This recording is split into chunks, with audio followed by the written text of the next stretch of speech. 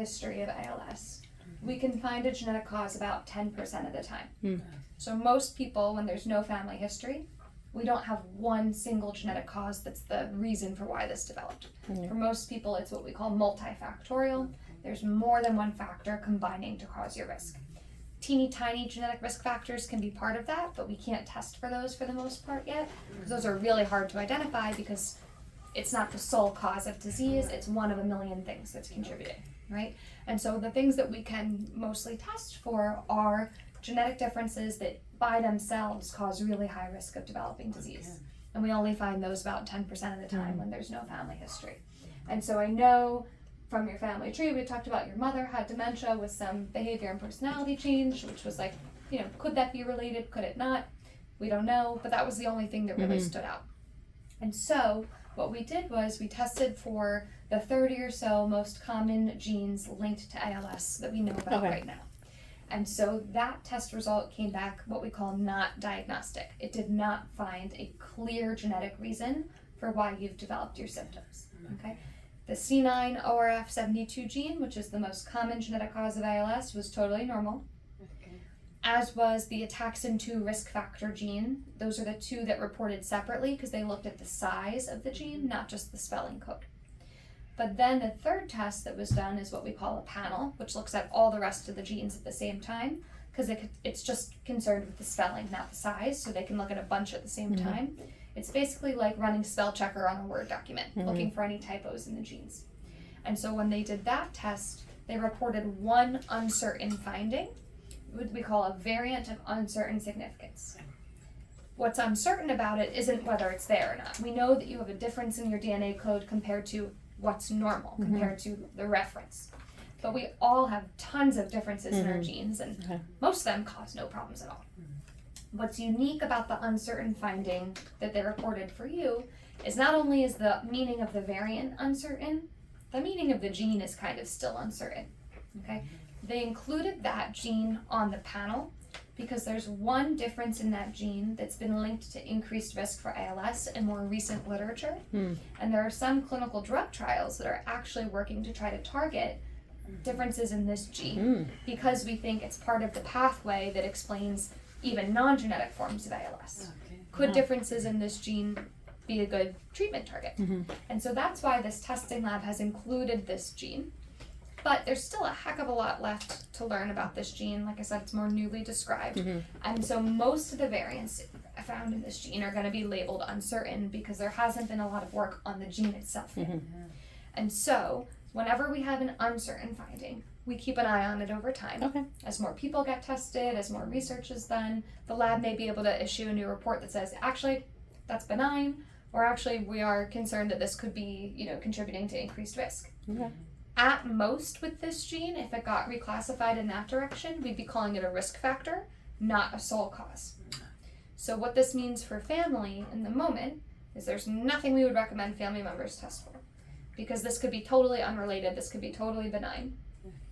If this ever got upgraded to a risk factor, could family members think about testing for it? Technically, yes, but we don't usually recommend testing for a risk factor variant because it's still more likely that you won't develop disease than you will. And right now, we don't even have information to say if this could be contributing at all. So we kind of ignore it until we have reason not to, is my take-home point. And so what we'll do is we'll keep an eye on those trials that are targeted to this gene. And if there's anything promising that comes out of that gives us more reason to, further evaluate this. If, forbid in a million years, anybody else in the family ever were to develop similar symptoms, that's a good time to get back in touch with me because we could consider testing them. And if other people with the same symptoms have the same variant, it increases our suspicion. But otherwise, for now, there's not really much we can do to clarify the uncertainty. We gotta wait for the science to proceed a little bit. So that's your human explanation outside of a portal. Hopefully that makes it a little easier. But it doesn't make it any less complicated. Understood. How are you feeling about this now that you've heard it in context? I'm fine. Like I just wanted to make sure, anything that we can test for her is tested. Yes. So the other piece to that is the message you saw, the portion of the message that talked about further testing. So, you've now had testing that covers the most common causes we know about. These are the set of genes that we know have been linked to ALS. Okay. Technically, there is a big broad test out there called a genome that looks across all 20,000 genes, as opposed to just the 30 or so that we've linked to ALS. Okay. I bring this up with everybody because I think you have a right to know what's out there if that's something you wanted. But I think the likelihood of finding something on that test is incredibly low for two reasons. You have no confirmed family history that's definitively linked to your diagnosis. And statistically, we just looked at the common ones and ruled those out, so that only leaves the rare things. The rare things being not other genes that are sometimes linked to ALS. This has covered the genes linked to ALS. The rare in this case being, could you have some crazy condition that is mimicking ALS that feels pretty unlikely? If you wanted to do a broader test, I'm happy to talk you through the ins and outs. You have Medicare.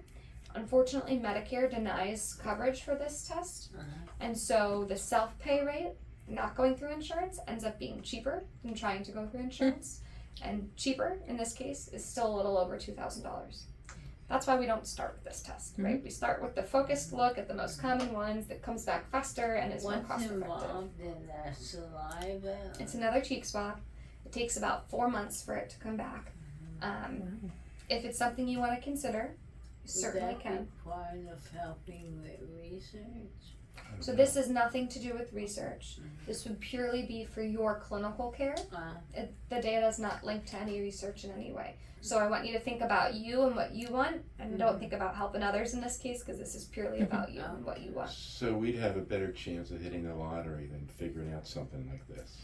I think is it's that what pretty I'm hearing from unlikely. Yeah, Yeah. because you've already had testing for the common causes, for the genes that we've have any piece of evidence linking them to ALS. Yeah. If you want to do it, I have no problem. No, paying I'm for it. okay. I'm okay. Yeah, the other piece to keep in mind is that insurance policies and coverage changes over time. And so if you're feeling like it's unlikely and it's expensive, so why not for now? You can always keep in touch with me over time and say, hey, is it covered now? Money is not a problem. Yeah. Okay. The problem is if there's going to be a result. If your opinion changes in any way, you just give us a call. We'll get back. Absolutely. But it could be $10,000. I'd pay it. Okay. Yeah. Right? So it sounds like if there was higher suspicion, we'd find something, you'd want to do it. But because it's a long shot at this point, not worth it. Yeah. Well, I could just buy a lottery ticket and see if both of them come in at the same time. There you go. Yeah. So we could do a little experiment. Yeah, I think that's very fair. I just wanted to make sure you know what all your options are so that you're making a choice that feels good for you. So it sounds to me like you're feeling, okay about this uncertain finding. We're kind of just going to ignore it. No reason for anybody to get testing for it. I will let you know if we get any more data or the lab gets more data to reconsider that. And you can always check in with me over time. Feel free to shoot me a message or check in when you're here to say, hey, any new information. It moves relatively slowly, so, in 3 months I might not have an update, but, maybe in 6 months or a year, maybe I will. And then if anything changes to family history, you let me know. And if anything changes with, my suspicion for finding something based on new discoveries or anything like that, I will certainly let you know too. Yeah. Sounds great. Wonderful. And it sounds like you guys had access to the reports on the portal. Yeah. Do you want me to print copies for you? Are you a paper I'm person? okay. No. I'm okay. Yeah. Okay. No, I think we're good. Yeah, we access it. Yep. Yeah, we're good. Yeah. Some people are like, keep it all in the portal, and some people are like, I need it for my binder. So you never know. Yeah. Okay. So I'm just looking through my notes here. So we reviewed that. All right. Were there any other questions that you had coming in, or anything else to be helpful to talk about? No, that was We're really it. good. Just to make sure she, was tested for whatever she needed to be tested for. Yeah.